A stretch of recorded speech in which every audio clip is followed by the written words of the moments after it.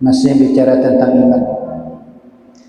Wa'lam annal imana billahi i'tiqadun annahu wahidun la nadhira lahu fi dzatihi wa sifatihi wa la syarika lahu fil uluhiyyati. Ketahuilah, kata Syekh Zainuddin Al-Baribari pengarang kitab, bahwasanya iman kepada Allah itu adalah i'tiqad, adalah suatu keyakinan bahwasanya Allah itu wahidun, Allah itu esa, Allah itu satu, la nadhira lahu fi dzatihi wa sifatihi, tidak ada bandingan baginya baik itu pada zatnya Allah dan sifatnya, wala syarika lahu fil uluhiyyati, dan tidak ada sekutu bagi Allah pada ketuhanan. Ini adalah i'tiqad kita tentang iman. Nah, jadi dalam kitab Irsyadul Ibad ini bicara iman dulu, nanti baru ada fikihnya, kemudian ada tasawufnya juga. Ini masih bicara iman. Nah, ini tentang i'tiqad bahwasanya Allah itu wahid, Allah itu esa, baik pada zatnya dan sifatnya. Kita belajar mukhalafah dan hawadis dan ilmu tauhid. Itu harus kita yakini jujur, tidak ada sekutu bagi Allah. Jadi kalau syirik, makanya syirik ini termasuk daripada dosa besar. Bahkan tidak akan diampuni Allah Subhanahu wa ta'ala. Kalau dosa yang lain bisa diampuni, tapi kalau sudah syirik tidak ada lagi keampunan. Nah, jadi itu kita yakini, i'tiqad kita, wala syarika lahu fil uluhiyyah. Tidak seperti agama yang lain yang kadang-kadang itu ada Tuhannya banyak ya, 2, 3, 4, 5, banyak, dan itu menyalahi daripada akidah Islam, menyalahi daripada i'tiqad kita. Ini keyakinan kita, bicara keimanan dengan i'tiqad kita, dengan keyakinan kita. Nah, karena itu ketika ini kan para Natal, yang mana hakikat Natal itu sendiri yang ulun ketahui itu adalah mereka merayakan hari kelahiran Tuhan mereka, dan kita beriktikad bahwasanya Allah itu wahid, annahu wahidun, Allah itu satu, lam yalid wa lam yulad wa lam yakul lahu kufuwan ahad, di surah Al-Ikhlas. Nah, karena itu terkait dengan masalah Natal, makanya tidak boleh kita mengucapkan selamat Natal kepada mereka, karena itu menyalahi akidah kita. Karena hakikat Natal tadi adalah mereka merayakan kelahiran Tuhan mereka, jadi seolah-olah kita menyatakan selamat hari kelahiran Tuhan. Nah, ini kan menyalahi akidah kita. Lalu bagaimana dengan toleransi? Nah, toleransi itu umat Islam ini sudah sangat toleransi, yaitu tidak mengganggu mereka ibadah, itu sudah cukup sebenarnya. Tidak menyakiti mereka, tidak mengganggu mereka. Silakan mereka beribadah dengan keyakinan agama mereka masing-masing, kan begitu. Kita tidak mengganggu mereka. Nah, cuma jangan sampai lalu kita mencampur aduk keimanan itu, jangan. Akidah itu jangan dicampur aduk. Yang hak itu hak, batin itu batin. Jangan dicampur aduk. Kalau ingin bicara toleransi, sudah tidak mengganggu mereka. Silakan mereka beribadah tanpa kita ganggu sedikit pun, itu sudah toleransi yang luar biasa. Tapi jangan sampai beralasan toleransi lalu ikut-ikutan di dalam mencampur adukan antara hak dan batin.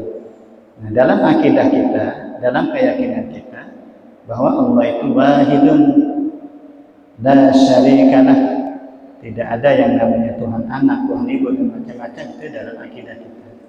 Nah, jadi oleh karena itu yang sering kita tanyakan tentang mengucapkan selamat Natal. Nah, kalau dalam pandangan ulama yang jelas itu dilarang dan itu tidak diperbolehkan, karena itu menyalahi daripada akidah kita. Sekali lagi, untuk toleransi ya silakan. Kita tidak mengganggu mereka, tidak menyakiti mereka. Silakan mereka beribadah dengan keyakinan mereka masing-masing. Bahkan kalau dahulu ya, Kalau dahulu itu bahkan para ulama itu menyatakan bahwa mereka itu tidak boleh mensyiarkan akidah yang menyalahi dari akidah kita. Mensyiarkan itu tidak boleh pada mensyiarkan kebatilan menurut keyakinan kita. Kan begitu kan? Nah ini kan kadang-kadang disiarkan secara live, secara nasional misalnya. Nah, padahal kalau di dalam Islam itu tidak boleh disiarkan. Mereka silakan beribadah menurut keyakinan mereka, tapi tidak boleh disiarkan. Kenapa? Karena yang untuk syiar itu hanya akidah Islam, itu syiar hak. Sementara kita meyakini itu menyalahi daripada akidah kita, kan begitu ya. Nah jadi dah kurang apa toleransinya kita. Jadi sudah luar biasa toleransinya umat Islam ya.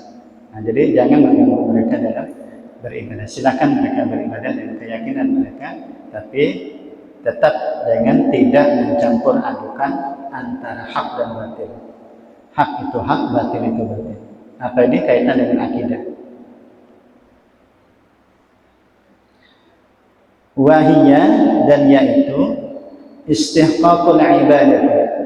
Allah itu adalah sebenar-benar yang berhak untuk kita beribadah kepadanya. Wa annahu qadimun la ibtida'a li wujudihi wa baqin la intihaa li abadiyatihi. Bahwasanya Allah itu qadim, tidak ada permulaan bagi adanya Allah, dan Allah itu kekal, tidak ada kesudahan bagi keabadiannya. Nah, jadi Allah itu qadim, arti qadim itu adanya tidak ada permulaan, itu qadim. Nah, kita ini adanya kita tapi didahului oleh tidak ada. Itu kita. Makhluk ini awalnya tidak ada, lalu timbul ada. Itu namanya hadis atau hudus, baharu. Nah, jadi kita ini baharu. Dari awalnya tidak ada menjadi ada. Makanya termasuk Nur Muhammad SAW itu juga baharu. Karena apa? Karena diawali dengan tidak ada lalu timbul ada. Yang ada itu hanya Allah yang qadim. Ini kan sekarang macam-macam ya. Anak Nur Muhammad itu qadim. Nah itu sama aja menduakan namanya. Padahal tadi Allah itu wahidun.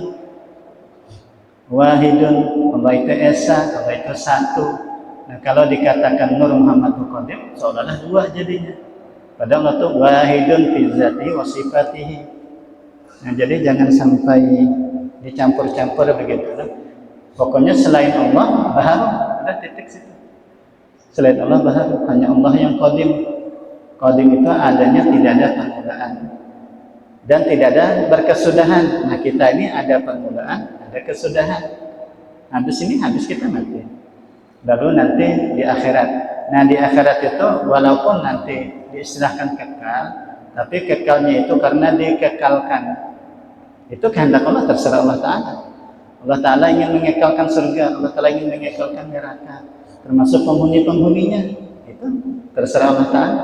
Tapi dia secara zat tidak kekal. Surga tetap panah hancur, neraka tetap panah hancur, penghuninya juga panah hancur. Namun Allah menghendaki dia kekal. Itu aja, Allah yang menghendaki. Nah yang kekal itu hanya Allah. Nah gitu lah kira-kira. Jadi kita ini baharu, Allah yang qadim. Adanya tidak ada permulaan untuk qadim. Sementara baharu itu diawali dengan tidak ada. Nah termasuk Nur Muhammad tadi. Jadi Nur Muhammad SAW itu adalah baharu, bukan qadim.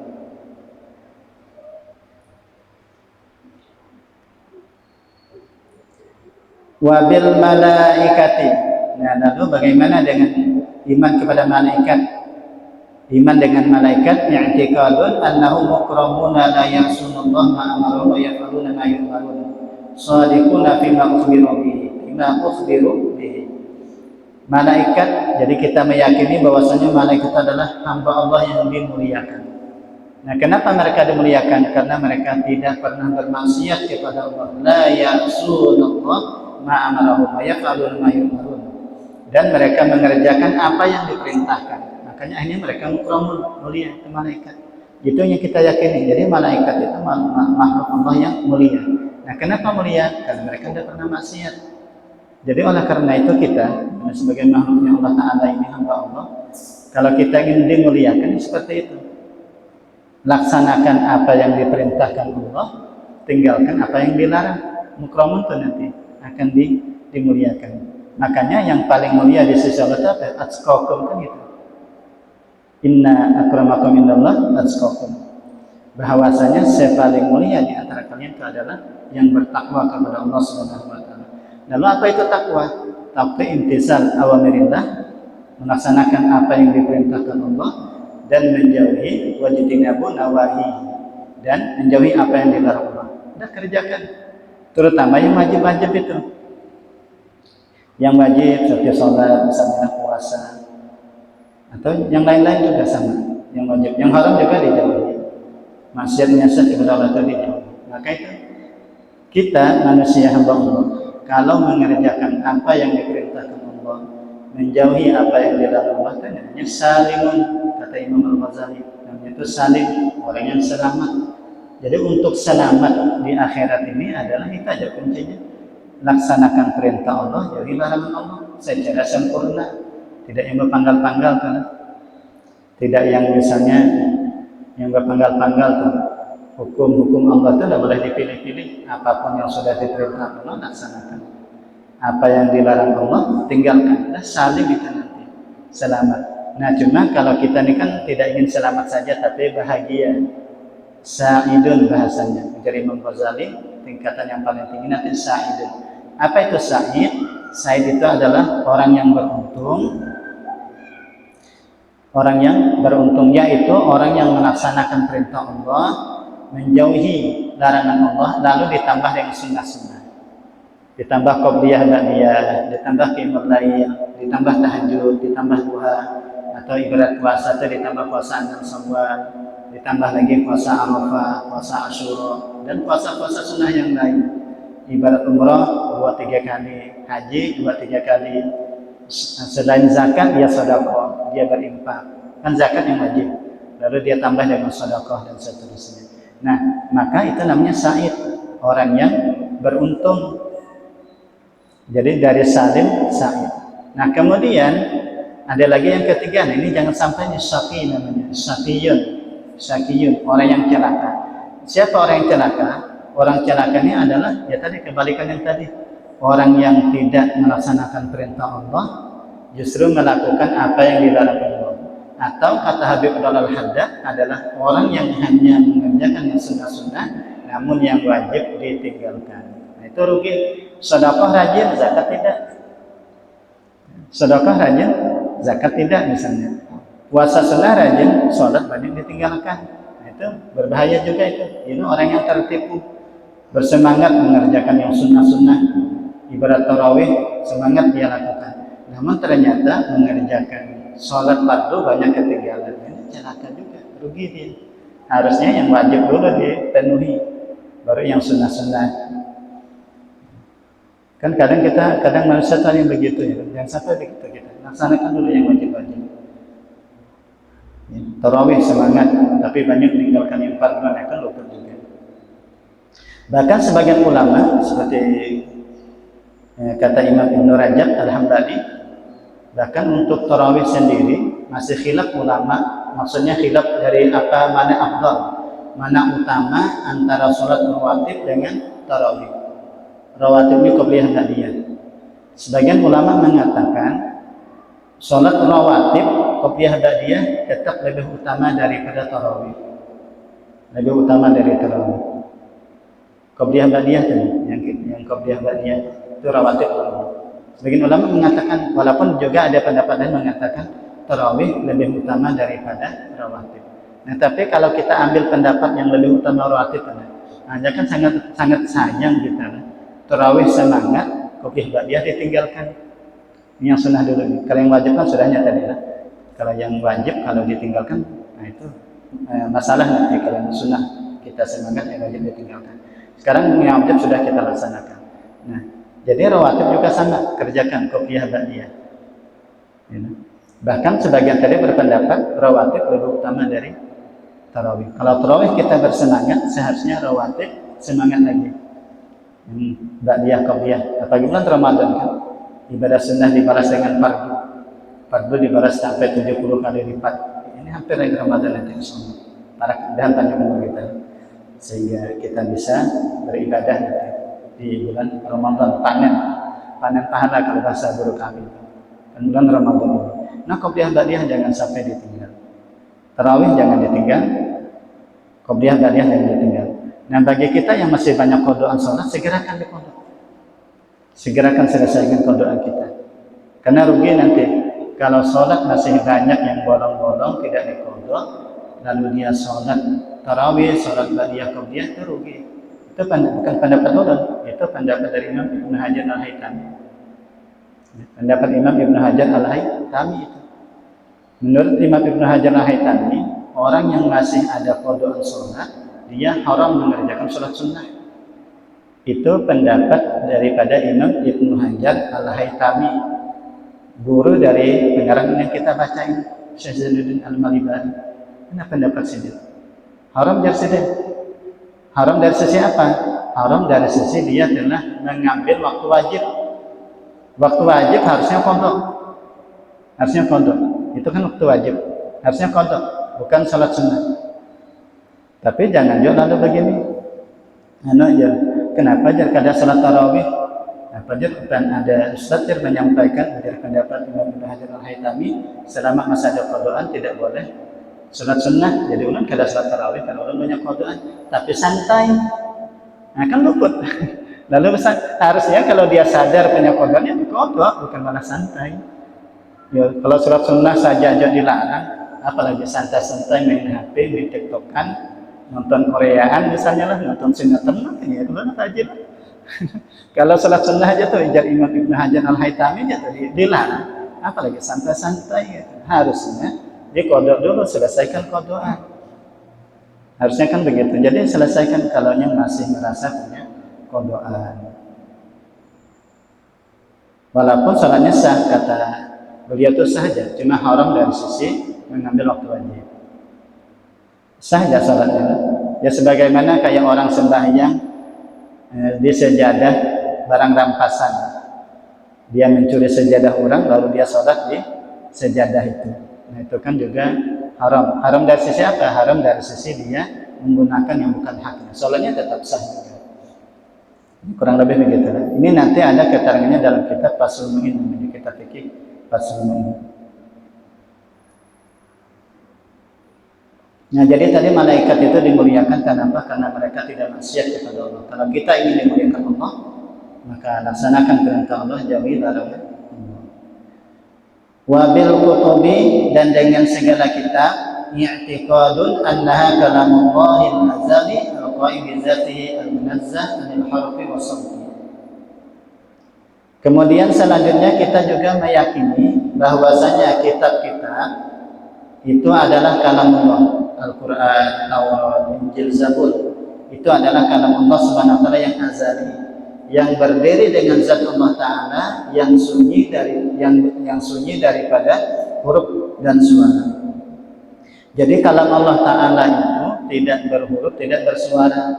Nah, cuma setelah Allah sampaikan kepada malaikat Jibril menyampaikan kepada para nabi, itu lalu berhuruf bersuara. Nah, itu yang kudus, itu yang bahagia. Tapi kalau kalam Allah itu qadim, tidak berhuruf, tidak bersuara. Nah, malaikat Jibril paham dengan bahasa Allah, paham dengan kalam Allah. Lalu malaikat Jibril menyampaikan kepada para nabi dengan bahasa nabi masing-masing.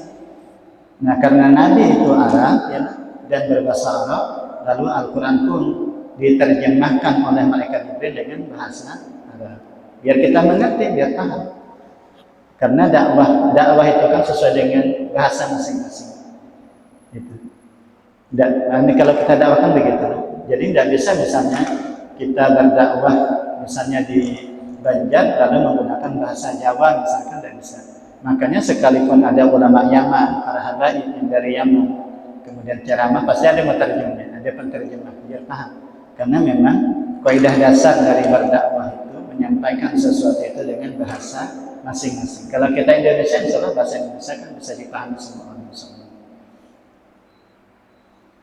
Nah, itu Al-Quran tadi. Jadi Al-Quran kalamullah itu yang tidak berhuruf, tidak bersuara. Malaikat Jibril paham dengan bahasa Allah, dengan kalam Allah, lalu diterjemahkan. Makanya ada bahasa Ibrani kan gitu. ada yang bahasa Suryani. Kita Kitabullah. Nah, kan Al-Quran dengan bahasa Arab. Kalau kitab yang lain kan tidak, sesuai dengan bahasa Nabi masing-masing. Kan tidak semua Nabi itu bahasa Arab. Kalau Nabi Ibrahim jelas bukan dia bukan berbahasa Arab. Nabi Musa juga demikian. Mereka itu bahasa Ibrani, ada bahasa Suryani.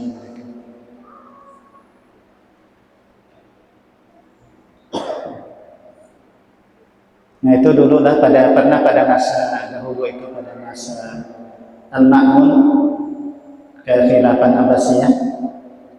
Jadi pernah terjadi masa fitnah, yakni waktu itu kekuasaan dipengaruhi oleh Mu'tazilah. Mu'tazilah ini satu aliran yang berbeda dengan Ahlussunnah wal Jamaah. Nah di antara keyakinan mereka adalah Al-Quran itu adalah makhluk. Al-Quran itu adalah makhluk. Nah sementara ikut Ahlussunnah wal Jamaah, Al-Quran itu adalah qadim. Al-Quran itu adalah qadim. Hanya terjadi fitnah pada masa itu, sehingga pada masa itu terjadi fitnah begini. Bagi siapapun rakyat yang tidak menerima konsep, tidak menerima pemahaman Al-Quran itu adalah makhluk, dia akan dihukum. Akan dihukum sebetulnya. Artinya banyak para ulama itu yang menentang daripada kebijakan penguasa waktu itu. Di antaranya adalah Imam Ahmad bin Hanbal yang mendirikan mazhab Hambali, murid dari Imam Asy-Syafi'i. Nah, Imam Ahmad bin Hanbal itu akhirnya beliau dipenjara, disiksa, dicambuk untuk mempertahankan daripada keyakinan Al-Quran adalah qadim. Dan walaupun pada akhirnya beliau itu dibebaskan juga pada masa Mutawakkil. Nanti dibebaskan itu sudah berapa generasi dibebaskan. Nah itu dulu latarnya. Jadi begitulah dulu para ulama ini sangat keras dalam menentang kebijakan yang menyalahi hukum Allah Subhanahu wa taala. Mereka itu lantang begitu dengan konsekuensi begitu. Mereka itu bersuara keras mengkritisi kebijakan-kebijakan yang memang menyalahi daripada hukum Allah Subhanahu wa taala. Termasuk masalah itu mereka itu kayak Imam Ahmad bin Hanbal rela beliau itu sampai di penjara. Bahkan Imam Al-Khuzai itu demi mempertahankan Al-Quran itu adalah qadim. Sementara pada waktu kebijakan penguasa Al-Quran itu adalah makhluk, beliau itu sampai dipancung itu. Untuk mengubah pendapatnya, beliau tidak mau. Tetap berkeras bahwa Al-Quran itu adalah qadim, bukan makhluk. Bahkan sudah diancam oleh hukum mati sekalipun, tetap berkeras. Hanya dipancung. Imam Al-Khuzai ahli hadis. Imam Al-Khuzai. Nah begitu mereka sangat keras kalau sudah urusan hukum Allah Subhanahu wa taala. Nah, jadi sebenarnya ini yang harus menjadi teladan kita sebenarnya. Menjadi mereka para ulama itu menjadi teladan kita. Kalau ada kebijakan-kebijakan yang memang justru menyalahi hukum Allah Subhanahu wa taala, ya harusnya kita tidak boleh menerima begitu saja. Harusnya memberikan nasihat, memberikan kritikan biar mereka itu selamat. Itu tanda sayang kita dengan penguasa kita, dengan pemimpin kita. Kalau kebijakan justru misalnya menyalahi hukum Allah Subhanahu wa taala, dan kita diam misalnya, nah justru khawatir nanti kita akan dituntut Allah Subhanahu wa taala. Karena kebijakan yang menyalahi hukum Allah itu pada dasarnya kemungkaran. Sementara kemungkaran itu ada 3 yang harus kita lakukan, salah satu dari 3. Jadi sekali lagi, kalau ada kebijakan yang menyalahi hukum Allah taala atau kebijakan yang menyelisihi hukum Allah dan hukum Rasul, atau kebijakan yang justru menyusahkan rakyat, itu adalah bentuk kemungkaran. Nah, kalau kemungkaran itu salah satu dari 3, yakni ubahlah kata Nabi dengan apa? Dengan tangan. Kalau memang kita mampu. Kalau memang mampu. Kalau tidak mampu, bilisan, itu dengan lisan bersuara. Kalau tidak mampu dengan bilisan, maka bil qalbi. Maka itu minimal sekali dengan hati. Bahwa kita benci dengan kebijakan itu. Misalnya tentang mau menaikkan pajak misalnya. Ini kan ada rumor tahun bulan Januari 2025 ini katanya mau menaikkan pajak sampai berapa persen. Ini kan pada akhirnya menyusahkan kehidupan rakyat. Ini aja sudah luar biasa sudah kehidupan rakyat. Dia tambah lagi beban kenaikan pajak misalnya. Nah, maka dengan sikap yang seperti itu, kebijakan seperti itu, maka salah satu 3 bisa kita ambil. Kalau memang mampu biaya, ya silakan kalau mampu. Kalau tidak, kalau bisa nih dengan suara. Kalaupun tidak mampu, pabil qalbi, kita tidak ridho, tidak senang, tidak setuju. Cuma dalam hati karena kita tidak punya kemampuan. Nah, jadi sesuai dengan kemampuan kita masing-masing. Gitu. Nah, dulu para ulama tadi sudah menjadi contoh mereka. Bagaimana mereka itu rela, sampai disiksa tadi.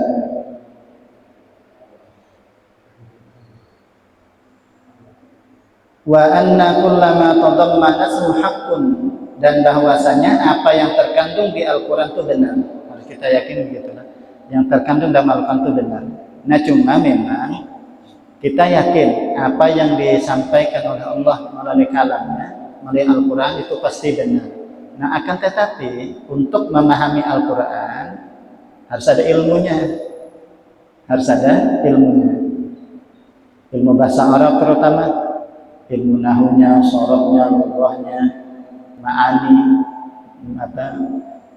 badi' dan seluk-beluk daripada ilmu bahasa Arab. Yang ada 12 ilmu bahasa Arab, ada mengatakan 13 ilmu bahasa Arab harus dikuasai, belum lagi masalah riwayat, rawinya dan seterusnya. Nah, pertanyaan kalau kita tidak mampu kayak apa? Ya ikuti pemahamannya para ulama, dan selesai.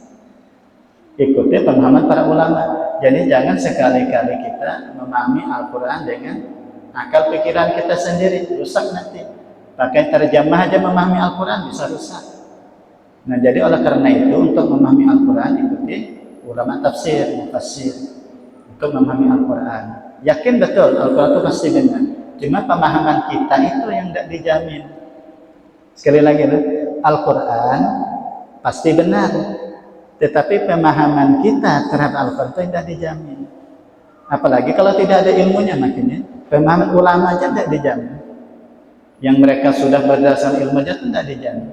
Apalagi pemahaman kita, hanya cuma pemahaman ulama itu mendekati kebenaran. Mendekati kebenaran, pemahaman ulama itu tadi. Nah, karena itulah apa yang menunjukkan bahwa pemahaman mereka itu bisa benar bisa salah. Makanya ada hadis yang mengatakan, yalah, para ulama mujtahid kalau mereka sudah bersungguh-sungguh berupaya menggali hukum Allah SWT dan ilmu yang mereka miliki, andai kata benar mereka dapat 2 pahala, andai kata salah mereka dapat 1 pahala. Nah, itu menunjukkan bisa benar bisa salah. Nah, cuma Nabi tetap memuji, bila benar dapat 2 pahala, bila salah dapat 1 pahala. Kenapa Nabi puji? Karena mereka mengerahkan kemampuan, kesungguhan dengan ilmu yang mereka miliki untuk menggali hukum Allah, ya, untuk disampaikan ke umat begitu. Nah, jadi hati-hati juga kita lah, jangan sampai lalu memahami Al-Quran dengan akal pikiran kita. Udah ikut ulama itu lebih nyaman. Bertaklid kalau bahasa baik. Taklid kalau ibarat fikih dari Imam Syafi'i atau Imam yang 4 lah, salah satu Imam 4. Kalau ibarat memahami tasawuf, ikuti karena Imam Al-Ghazali atau Imam Junaid Al-Baghdadi dan seterusnya begitu. Nah, termasuk di dalam memahami Al-Quran, ikuti Imam Ibnu Katsir, ikuti misalnya Imam Qurtubi, Imam At-Tabari, Imam Al-Baghawi, Imam Fakhruddin Ar-Razi, dan mereka adalah ulama-ulama mufassir yang telah diberikan ilmu oleh Allah yang diikuti, yang mu'tabar, yang mu'tamad dan mu'tabar. Nah, ikuti pemahaman mereka. Kalau tidak demikian nanti bisa salah kita memahami hukum Allah Ta'ala. Wa anna Allah Ta'ala ansala ala ba'di rusuli bi alfazin hadisatin fi alwahin aw ala lisanil malak. Dan bahwasanya Allah Subhanahu wa Ta'ala menurunkan kitab-kitab tadi kepada sebahagian rasul dengan lafaz yang baharu. Tadi lafaznya yang baharu. Itu sudah diterjemahkan, ya. Diterjemahkan malaikat Jibril menerjemahkan kepada para rasul. Baik itu pada lembaran atau pada lisannya malaikat. Ya, tadi pada lisan malaikat. Jadi malaikat Jibril menyampaikan kepada Rasulullah Al-Quran itu dengan bahasa Allah. Aslinya tadi sudah kita yakini kalam Allah itu tidak berhuruf, tidak bersuara. Kalau begitu kan kita tidak bisa paham nanti. Nah, malaikat Jibril paham dengan kalam Allah. Lalu malaikat Jibril menerjemahkan dengan bahasa para nabi kala itu bahasa Arab atau Al-Quran. Ya, kurang lebihnya begini. Ibaratnya orang ceramah, tadi ada orang Yaman, ulama Yaman ceramahkan bahasa Arab. kita tidak ngerti. Nah, lalu diterjemahkan oleh yang si penterjemah ke bahasa Indonesia. Nah, kurang lebih begitulah. Biar kita paham akhirnya. Informasi yang Allah berikan kepada kita atau informasi yang Allah sampaikan kepada kita, hanya kita paham. Oh begitu, begini, begitu, begini. Apalagi Al-Quran itu sebagai petunjuk. Sebagai petunjuk. Tidak akan sesat kalau kita mengikuti Al-Quran Karim. Tapi ingat adalah mengikuti Al-Quran dengan pemahaman para ulama, bukan dengan pemahaman kita. Kalau dengan pemahaman kita, bisa rusak nanti, bisa salah nanti.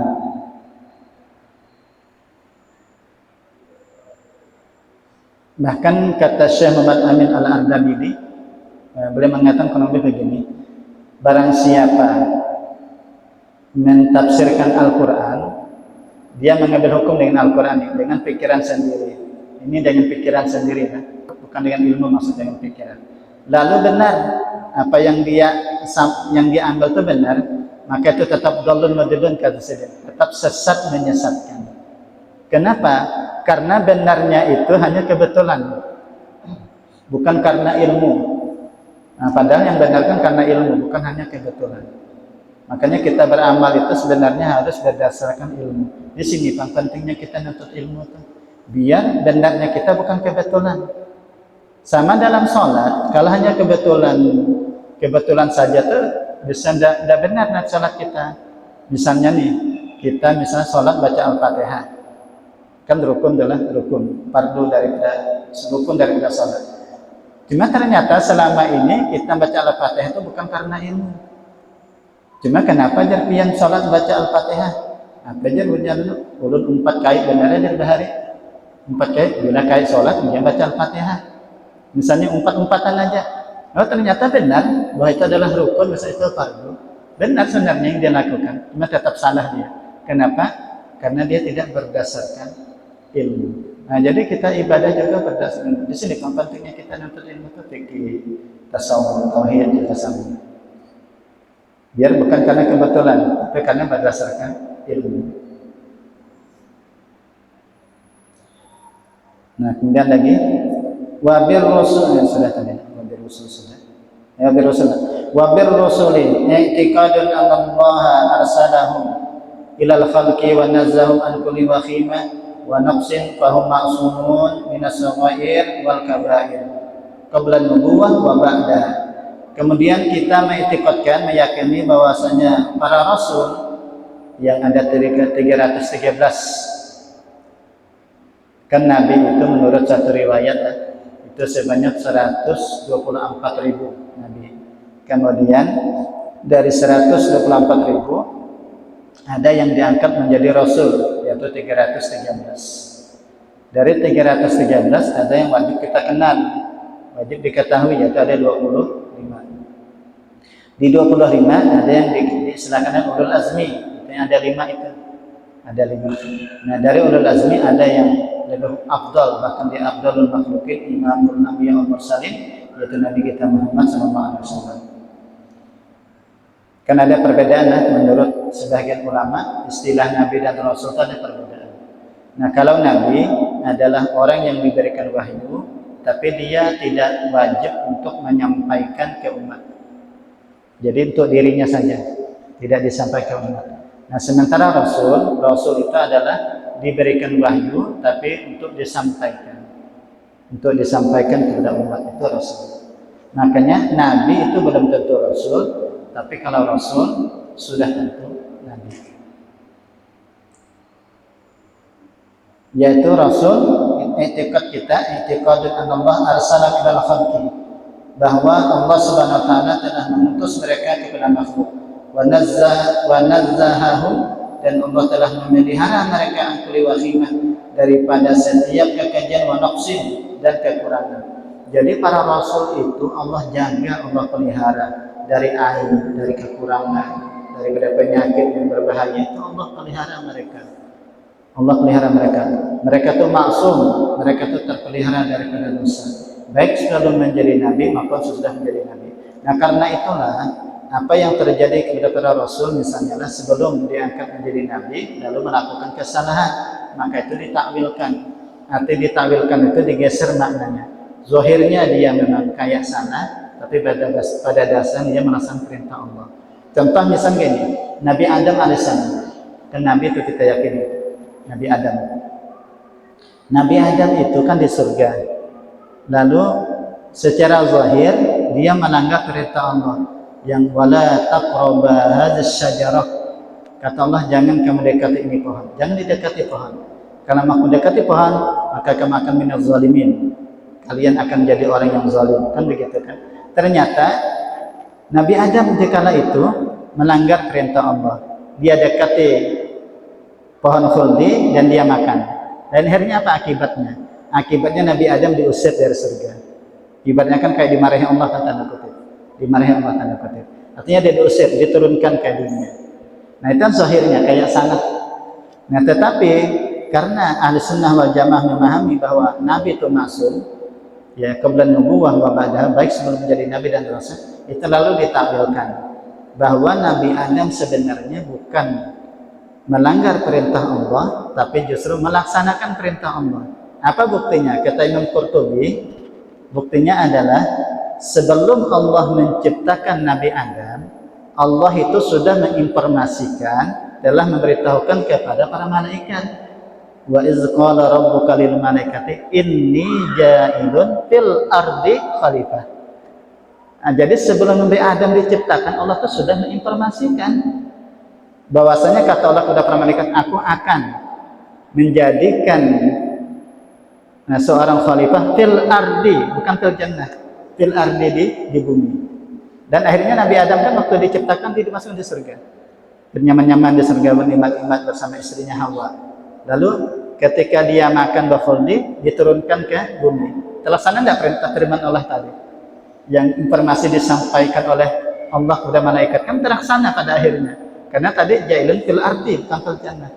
Nah, akhirnya kata Imam Qurtubi, andai kata andai kata aku ini waktu itu di posisi Nabi Adam, aku akan makan bakhuldi sebanyak-banyaknya. Nabi Adam itu sedikit aja makan, sebiji itu kada habis. Ibarat kita satu tangkuk kada habis, langsung sedang sadar sedang taubat kepada Allah. Sayyidah Hawa itu sempat 2 biji.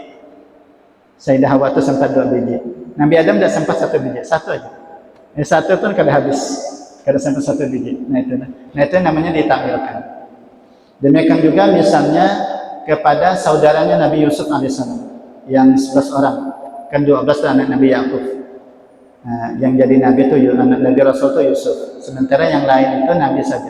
Para ulama menyatakan saudaranya Nabi Yusuf itu adalah para Nabi, tapi kan di Al-Quran diinformasikan bagaimana mereka itu bersengkongkol untuk menjauhkan Nabi Yusuf dengan abahnya Nabi Yakub. Itu kan sampai yang berdusta, dimasukkan ke sumur dan seterusnya. Nah itu kata ulama mengatakan itu ditakwilkan. Itu juga mereka dalam rangka melaksanakan perintah Allah. Secara batinnya nih, zahirnya memang salah, tapi secara batin itu melaksanakan perintah Allah. Kenapa? Karena Nabi Yusuf itu sudah diinformasikan dia akan menjadi penguasa dan menjadi nabi itu di Mesir.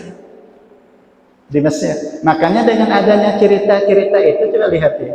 Hanya datang ke villa, diambil Nabi Yusuf, lalu dibawa ke Mesir, dijual, kan begitu kan? Hanya terlaksana, hanya betul. Nabi Yusuf berada di Mesir, bahkan menjadi penguasa di Mesir dan menjadi nabi di Mesir. Akan terlaksana perintah itu melalui kisah-kisah tadi. Nah itu menurut Ahlussunnah wal Jamaah. Walaupun lah ini sebagian ini pendapat yang muktamad dalam i'tiqad Ahlussunnah wal Jamaah. Namun memang ada sebagian ulama mengatakan bahwa para nabi itu hanya masuk setelah menjadi nabi. Kalau sebelum katanya tidak. Ada juga pendapat demikian. Ya sehingga kalau sudah demikian berarti tidak perlu ditakwil lagi. Zahirnya salah, dia taubat. Buktinya Nabi Adam merasa salah kan taubat.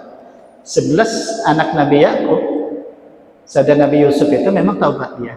Setelah itu taubat, minta ampun. Nah ini pendapat. Jadi begitulah. Dalam masalah ini juga ada perbedaan pendapat. Nah bagi pendapat ini yang mengatakan qablan nubuwah pada itu masuk, maka seperti tadi caranya ditakwilkan, digeser maknanya.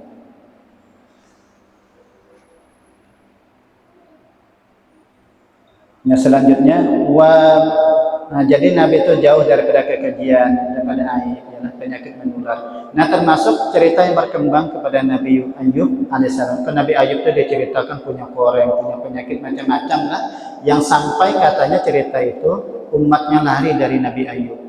Istrinya sampai meninggalkan. Nah, ini adalah cerita yang tidak mungkin terjadi kepada para nabi dan rasul. Karena itu, di dalam kitab Mujazul Kalam, syarah daripada Al-Quran dikatakan, itu cerita adalah cerita Israiliyat. Cerita Israel yang disusupkan kepada cerita Islam. Maka itu tidak boleh kita percaya. Tidak boleh kita percaya. Kenapa? Karena Nabi itu terhindar daripada penyakit yang berbahaya. Mereka sakit ya, tapi tidak sampai umat itu meninggalkan. Demam. Biasanya Rasulullah sering demam. Biasa demam maksudnya. Nabi itu pernah demam. Tapi penyakit itu tidak sampai umat itu lari. Umat itu jauh. Sementara cerita yang berkembang tentang Nabi Ayub, umat itu sampai meninggalkan sidin, bahkan bisa meninggalkan sidin.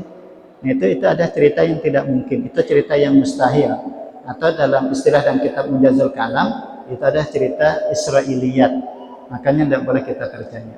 Betul Nabi Ayub itu kena penyakit dan dia itu sabar, tapi penyakit yang sebenarnya penyakit biasa saja, yang tidak sampai umat itu lari meninggalkan. Yang tidak menular. Karena itu mustahil ya. Kayak demam, bisa kayak Rasulullah demam. Itu kan penyakit yang memang biasa saja dialami oleh manusia. Itu untuk menunjukkan bahwa para nabi juga manusia, makanya mereka bisa sakit, mereka menikah, mereka makan, mereka minum. Namun mereka basyarun la kal basyar, manusia tapi tidak seperti manusia biasa. Itu aja. Supaya kita umat itu tidak salah memahami. Kan kadang-kadang ada juga yang kelewatan batas. Kayak Buhan Nasrani itu kan sebenarnya kelempatan saja. Dia cinta Nabi Isa, tapi kelewatan. Lalu sampai-sampai menjadikan Isa itu sebagai Tuhan. Itu karena memang mereka tuh melihat mukjizat Nabi Isa bisa menghidupkan orang mati, bisa menyembuhkan orang buta dan macam-macam kan menjadi Nabi Isa. Nah, mereka ini kan kayak sifat ketuhanan yang seperti itu. Padahal itu mukjizat dalam pandangan Islam. Lalu mereka kelewatan, berlebih-lebihan sampai mengaku itu adalah Tuhan. Nah, kita tidak seperti itu. Kenapa buktinya? Nabi bisa sakit. Apa buktinya? Nabi makan. Apa buktinya? Nabi menikah. Nah, berarti Nabi itu juga basyarun manusia. Nah, walaupun basyarun la kal basyar. Manusia tidak seperti manusia yang lain. Bedanya Nabi diberikan wahyu. Kan begitu kan? Makanya basyarun la kal basyar. Nabi tidak mungkin melakukan perbuatan-perbuatan manusia. Nabi kalau tidur matanya terpejam tapi hatinya tetap terjaga. Nah, itu kan bedanya dengan kita. Lalat tidak pernah hinggap di badan Nabi. Kalau kita kan banyak ya. Nabi tidak pernah menguap. Kalau kita sering menguap, Nabi tidak pernah. Dan itulah kemuliaan dari Nabi kita Muhammad sallallahu alaihi wasallam yang tadi basyarun la kal basyar. Manusia tapi tidak seperti manusia seperti kita. Sedikit lagi lah, kayaknya sudah bisa. Sedikit lagi habis. Anak minta maaf lah, dilebihkan waktunya sedikit. Agak tanggung. Di ulun bacaan, mohon maaf diminta waktu sedikit lagi. Wa bil yaumil akhir wa huwa min al-mauti ila akhir ma yaqa'u i'tiqadu wujudihi wa mastamala alaihi min su'alil malakain wa na'imil qabri aw azabihi wal ba'si wal jaza wal hisab wal mizan was sirat wal jannah wan nar. Nah, kemudian kita juga mengiktikadkan bahwasanya hari kiamat itu akan betul-betul terjadi. Mulai kita mati sampai nanti kita dibangkitkan di alam kubur nanti, nah itu harus kita yakini hari kiamat pasti akan terjadi. Demikian juga nanti pertanyaan malaikat munkar dan nakir itu akan pasti terjadi. Nikmat kubur, azab kubur itu ada nanti dan seterusnya. Mulai dari hisab, mizan, sirat, titian siratul mustaqim itu harus kita yakini, itu i'tiqad kita. Juga nanti pertanyaan malaikat munkar dan nakir. Ada di antara amalia sedikit untuk katanya ulun dapat dari guru itu amalan untuk supaya tidak ditanya malaikat. Adapun ditanya akan menjawab dengan pertanyaan yang mudah. Maka kalau kita bisa menjawab pertanyaan malaikat munkar nakir itu ada orang selamat. Nah, ada amalan dari guru itu yang mana andai kata orang mati itu nanti ditulis di kertas, ditulis nafas ayat kursi sama basmalah 70 kali. Ditulis di kertas ayat kursi sama basmalah 70 kali. Bismillahirrahmanirrahim 70 kali ditulis, lalu nanti kita lipat, dimasukkan di dalam plastik yang kuat. Plastik misalnya 2-3 lapis. Kenapa? Supaya jangan sampai tulisan kalam Allah itu tercampur dengan darah, itu kan haram nanti. Kan tidak boleh. Kata haram nanti. Kalau kalam Allah tercampur darah, ternyata kan orang mati kan bisa hancur itu. Nah, itu kan nanti bisa bercampur dengan darah atau haram. Nah, supaya terjaga itu apa caranya? Dibungkus dengan plastik. Plastik itu kan itu katanya puluhan tahun itu tahan. Bahkan laminating. Tapi bisa hancur kalau pina di tanah. Tapi kalau plastik itu katanya tidak hancur, katanya puluhan tahun.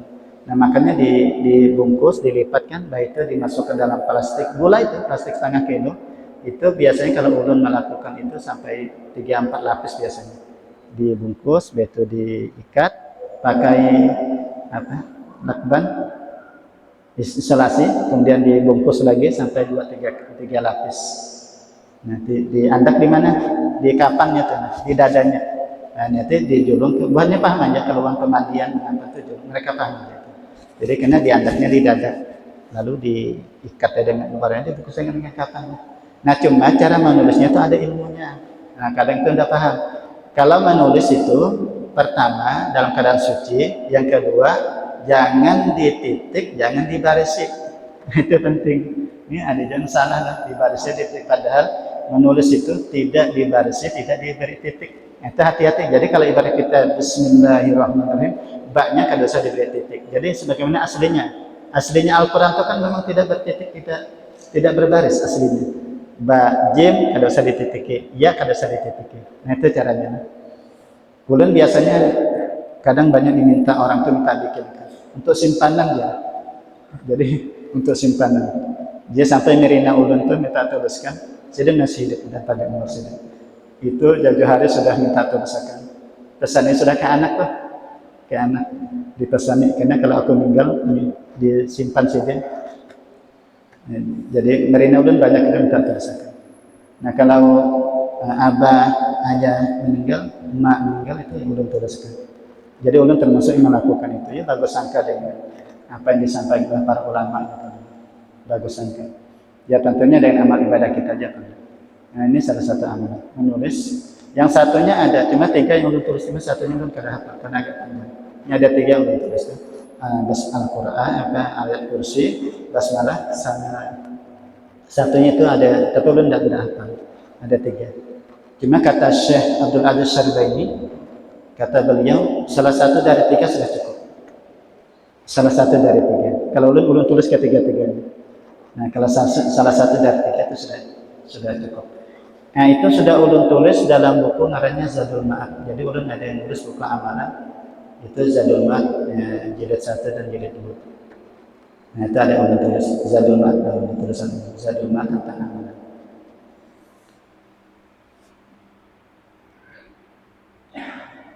Jadi mudah-mudahan kita dimudahkan melakukan, mengamalkan. Tadi ini bagi yang yakin ya. Bagi yang percaya. Kalau tidak percaya tidak usah. Ini misalnya ada yang tidak percaya ya silahkan aja, ini bagi yang percaya. Jadi sudah persiapan pada hulunya. Ulun ada juga nulis. Ya untuk kita tidak tahu umur. Jadi sudah persiapan sudah. Misalnya ke istri, ke anak ini kalau abah meninggal, inilah yang sampai lupa julung nanti ke yang mengapankan. Nah, itu. Jadi kita lakukan juga. Anak persimpanan saja. Sudah. Kita umur kada tahu kita. Wa bil qadari itaqadan annama qadarahu Allah fil azal la budda min wuquhi wa man lam yuqaddiru yastahilu wuquhu wa annahu ta'ala qaddara al-khaira wa syarra wa khalqal khalqa wa anna jamul kainat bi qadri wa qadarihi. Nah, kemudian ini yang terakhir, dan yang terakhir adalah kita yakin dengan qada dan qadar Allah Subhanahu wa taala. Intinya bahwa apa yang sudah diputuskan Allah, apa yang sudah ditentukan Allah, baik itu berupa kebaikan maupun keburukan, maka wajib kita meyakininya. Itu aja intinya. Apapun yang sudah, jadi misalnya meninggal orang kita cinta itu sudah foto daripada Allah. Udah. Kemudian kita lahir di Indonesia, kita berkulit putih, kita berkulit hitam, kita laki-laki, kita perempuan itu sudah kodok, sudah terima. Nah kemudian apa sudah Allah tetapkan, sudah terima. Api membakar, ini kan sudah ketetapan Allah sudah. Dari dulunya api membakar. Kemudian air menghilangkan haus, itu sudah ketetapan Allah. Lading memotong. Jadi kalau kita ingin memotong kayu dengan parang, dengan lading, bukan dengan kayu kan. Kalau kita ingin membakar bukan dengan bensin, tapi dengan api. Kalau hendak menambah nyala ya dengan bensin. Kalau kita ingin minum biar hilang haus, jangan pakai bensin, pakai air. Itu sudah ketetapan. Jangan sampai kalau kita protes, ya Allah, kenapa nih pian menjadikan air aja untuk menghilangkan haus? Jangan pang itu tidak boleh. Karena sudah ketetapan Allah. Jangan sampai kita protes, ya Allah, kenapa sih pian ini menjadikan api aja yang membakar? Jangan pang air agar terbakar. Anda bisa, karena itu sudah ketetapan Allah. Ya Allah yang sudah menetapkan. Nah, adapun misalnya ternyata api tidak bisa membakar, berarti Allah yang mencabut ketetapan itu. Ya terserah Allah. Allah yang menetapkan, Allah ingin mencabut silahkan. Kan begitu kan? Ternyata kita minum banyak, kada juga hilang haus. Berarti pada waktu itu Allah mencabut ketetapannya.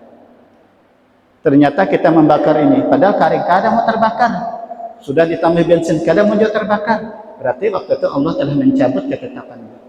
Kan bisa saja Allah telah menetapkan atau mencabut ketetapannya. Jadi ala kuliah, kesimpulannya adalah apa sudah Allah telah tetapkan, wajib kita meyakininya. Qada dan qadar Allah wajib kita yakini. Ya. Itu aja intinya kodok-kodok ini. Jadi mungkin tajian yang dapat belum disampaikan, mudah-mudahan ada manfaat, ada barokah untuk minta ridho, minta di akhirat. Andai kata di kesempatan kehidupan, mudah-mudahan kita nanti ketemu di kesempatan lain dalam kebaikan. Amin ya rabbal alamin. Al-Fatihah. Bismillahirrahmanirrahim. Alhamdulillahirabbil alamin. Arrahmanirrahim. Maliki yaumiddin. Iyyaka na'budu wa iyyaka nasta'in. Shiratal ladzina an'amta 'alaihim ghairil maghdubi 'alaihim waladdallin. Bismillahirrahmanirrahim.